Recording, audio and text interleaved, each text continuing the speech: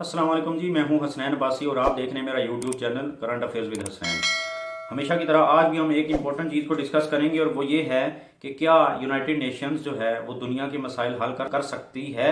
क्या उसके अंदर ये अहलियत है कि वो कर सके। क्या वहाँ पर गैर सियासी जो डिसीजन मेकिंग होती है वो है। क्या गैर सियासी फैसले होते हैं वहाँ पर, और सिर्फ दुनिया के मसाइल को हल करने और दुनिया के जो लोग हैं जो गुर्बत का और बाकी चीज़ों का शिकार हैं, किसी पर जुल्म हो रहा है तो उस जुल्म को ख़त्म करने के लिए वहाँ पर काम हो रहा है, या सिर्फ अपने फ़ायदे के लिए चंद लोग अपने फ़ायदे के लिए वहाँ पर फैसला साजी करते हैं। पहले तो मैं आपको उसका स्ट्रक्चर समझा दूँ कि यूनाइटेड नेशन के अंदर जो दो मेन बॉडीज़ हैं उसकी वो कौन कौन सी हैं। पहली तो है यूनाइटेड नेशन जनरल असम्बली और दूसरी है यूनाइटेड नेशन सिक्योरिटी काउंसिल।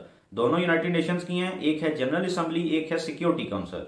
जो जनरल असम्बली है उसके तकरीबन दुनिया का हर मुल्क उसका मेंबर है और वहाँ पर हर मुल्क को वोट का हक है कि फॉर एग्जांपल कोई रेजोल्यूशन या करारदाद वहाँ पर पेश की जाती है तो हर मुल्क के पास राइट है कि उसके हक में वोट दे या उसके खिलाफ दे। जैसे कि अभी उन्होंने एक करारदाद पास करवाई जिसमें रशिया के अगेंस्ट, रशिया के खिलाफ उन्होंने करारदाद थी कि जो यूक्रेन पर हमला कर रहा है, तो जिसका दिल था उसने रशिया के हक में वोट किया, जिसका दिल था उसने रशिया के खिलाफ वोट किया, और जिसने नहीं देना चाहा उसने नहीं दी। तो ये वो है जनरल असम्बली। दूसरी जो बॉडी है वो है United nation security council. Security council के 15 मेंबर्स हैं और 15 में से जो 5 हैं वो हैं परमानेंट मेंबर्स और 10 जो हैं नॉन परमानेंट मेंबर्स हैं। जो परमानेंट मेंबर्स हैं उनमें आता है अमेरिका, रशिया, फ्रांस, इंग्लैंड और China.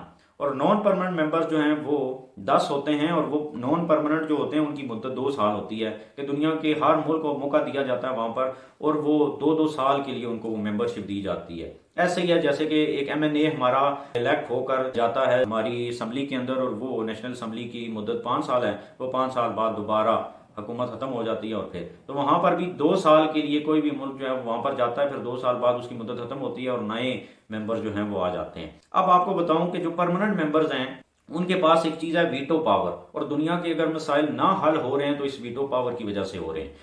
America, France, England, China, Russia, इनके पास वीटो पावर है और हर मुल्क के पास है। और होता यह है कि अगर कोई चीज़ आ गई, कोई करारदाद आ गई, जनरल असम्बली ने पास करके सिक्योरिटी काउंसिल के पास भेज दी। ऐसे ही है जैसे हमारी नेशनल असम्बली में से कोई बिल पास होता है और फिर सेनेट में जाता है और फिर उसके बाद सदर के पास जाता है, तो इस तरीके से वहां पर भी है कि जनरल असम्बली के अंदर पास होता है कोई कानून, फिर सिक्योरिटी काउंसिल के पास जाता है और फिर वहां पर पास होना जरूरी होता है। तो अगर जनरल असम्बली में से पास हो गया, मेजोरिटी ने उसको पास कर दिया और सिक्योरिटी काउंसिल के किसी एक मेंबर ने भी उसको वीटो कर दिया तो वो फेल हो जाएगा।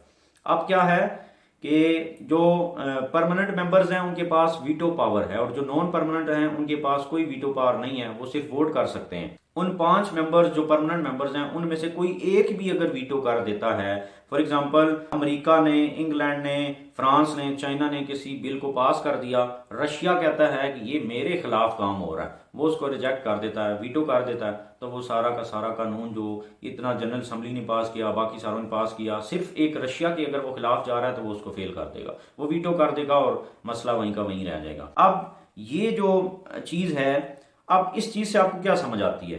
क्या ये दुनिया के फायदे के लिए है या इन 4 या 5 जो कंट्रीज परमानेंट मेंबर्स हैं उनकी मर्जी को दुनिया के ऊपर मुसल्लत करने के लिए? अब आप देखें ना, दुनिया के अंदर कश्मीर इशू है, क्या उनको नहीं नजर आ रहा कि इंडिया वहां पर क्या कर रहा है?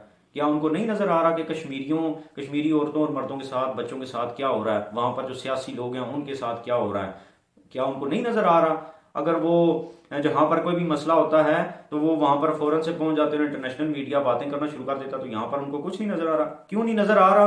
क्योंकि इंडिया जो है अमेरिका का इत्तेहादी है और वो मना करता है अमेरिका को कि अगर कोई भी काम वहां पर मेरे खिलाफ हो तो तुमने उसको वीटो कर देना है।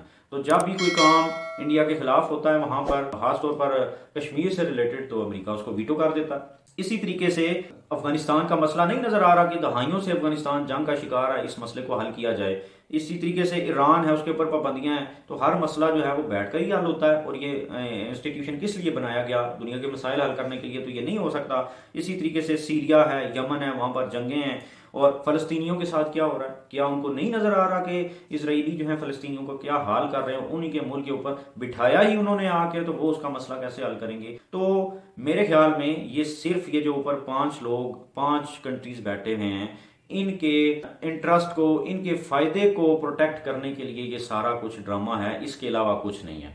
देखे ना, अगर कश्मीर इशू है, इंडिया के कहने पर अमेरिका वीटो कर देता है, तो इसका मतलब अमेरिका चाहेगा तो वहां पर, तो अमेरिका के जो इत्तेहादी हैं वो उनके इंटरेस्ट को प्रोटेक्ट कर रहा है। इसी तरीके से एक और मिसाल है, इंडिया जो है वो कोशिश कर रहा है कि वो परमानेंट मेंबर्स में शामिल हो जाए सिक्योरिटी काउंसिल के। उसका आप इत्तेहादी अमेरिका भी चाहता है वो आ जाए। इंग्लैंड, क्योंकि इंग्लैंड और फ्रांस दोनों उनके ऊपर असर सूख अमेरिका का है, तो वो भी इसके हक में है।